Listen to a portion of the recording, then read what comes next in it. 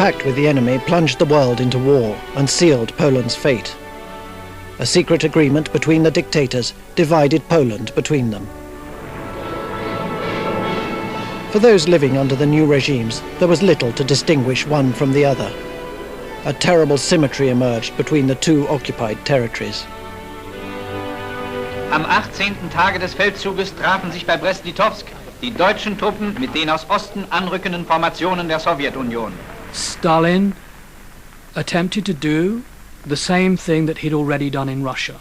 He deported the kulaks, he shot intellectual and political leaders, and he Sovietized the country. Similarly, Hitler, in moving into Poland, set about an even more ruthless extermination of the Jews, eradication of the Jews, than had already taken place in Germany.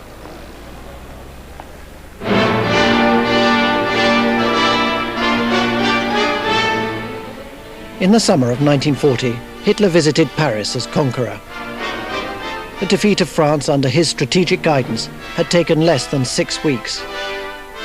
His military success, completed so swiftly, reinforced his self-image as a military and political genius on a par with Napoleon, whose tomb he visited.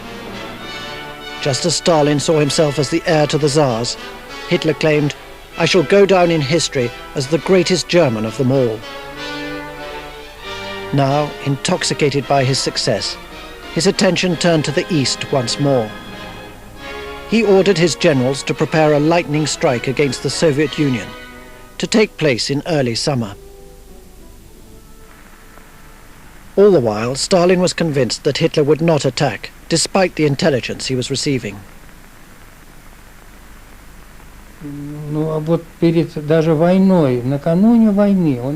When the war began, he didn't believe reports saying that Hitler's army had approached the border from Murmansk to Odessa. That couldn't be hidden. There were reports from spies, ambassadors and deserters. He didn't believe anyone. Paradoxically, he only trusted one person, and that was Hitler. Это парадоксально, но он поверил Гитлеру.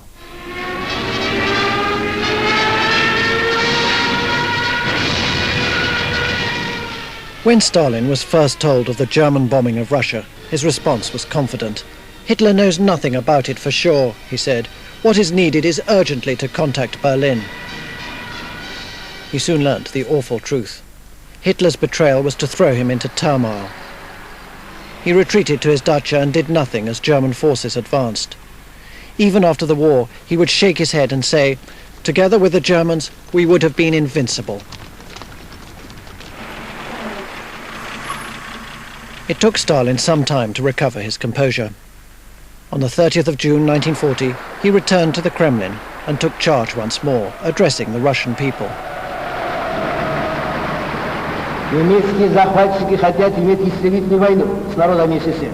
Что же, если немцы хотят иметь истребительную войну, они ее получат. Now that the two dictators were at war, their utter conviction and absolute ruthlessness would ensure a new type of war and lead inevitably to genocide.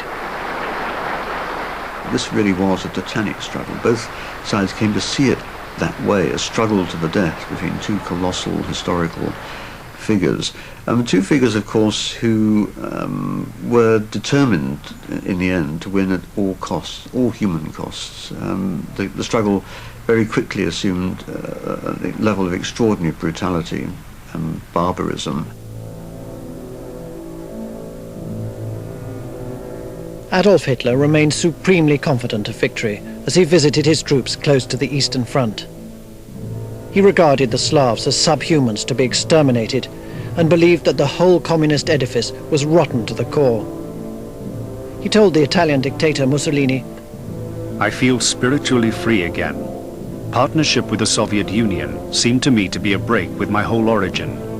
I am happy now to be relieved of these mental agonies." But the strategy was misconceived, a product of Hitler's hubristic belief in his own omnipotence.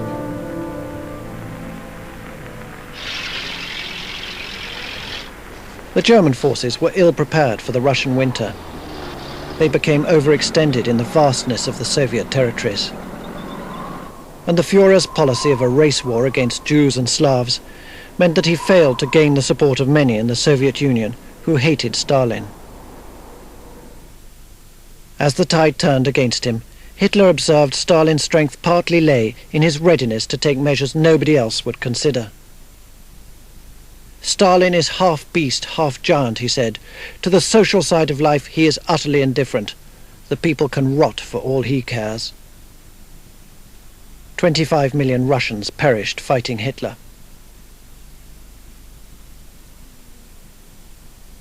Stalin could always say to Hitler, as it were, you lose 1 million, we'll lose 1 million. And we'll do this right down to the bottom line. And in the end, we're bound to win, because we can afford to lose more aeroplanes, more tanks than you can. We can afford to lose more factories than you can. In the end, there won't be any Germans left. But then there'll still be lots of Russians left. And that was the way this man fought the war. Even when the war was clearly lost, Hitler himself had no qualms about genocide. The extermination camps in the East continued their murderous work. After the defeat at Stalingrad, Hitler withdrew from public gaze, and his relationship with the German people weakened. Failure made him a diminished figure. Das ist der Schauplatz des verbrecherischen Anschlages, den ein kleiner Kreis gewissenloser Offiziere am 20. Juli auf den Führer und auf den Stab der Wehrmachtführung verübte.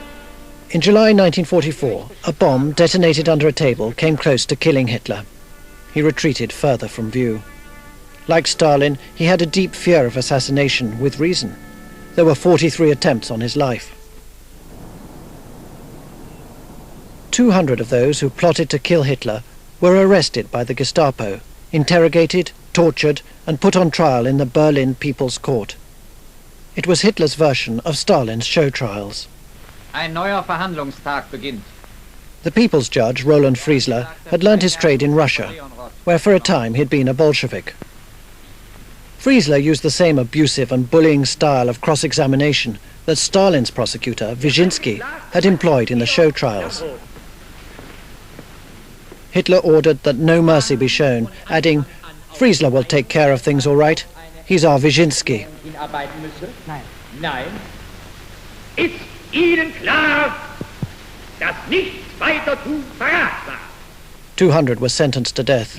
5,000 were sent to concentration camps. In dem Augenblick da, auf uns Gedanken kommt, sowas etwas zum Scherzen zu sagen, wenn ihr Stoff in Empfang nimmt.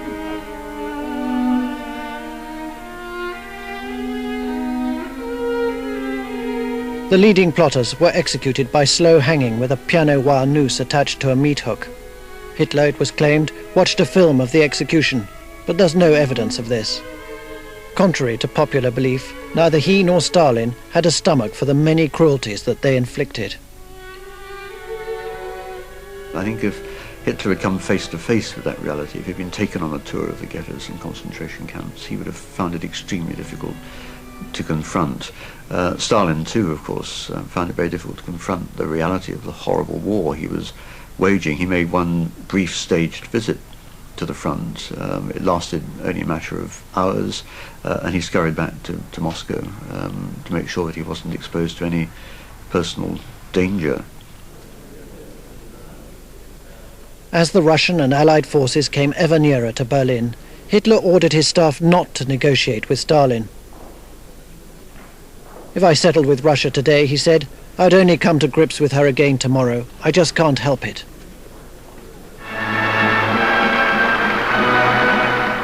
Whereas Hitler consistently ignored the advice of his generals and overrode them, Stalin learnt from his mistakes.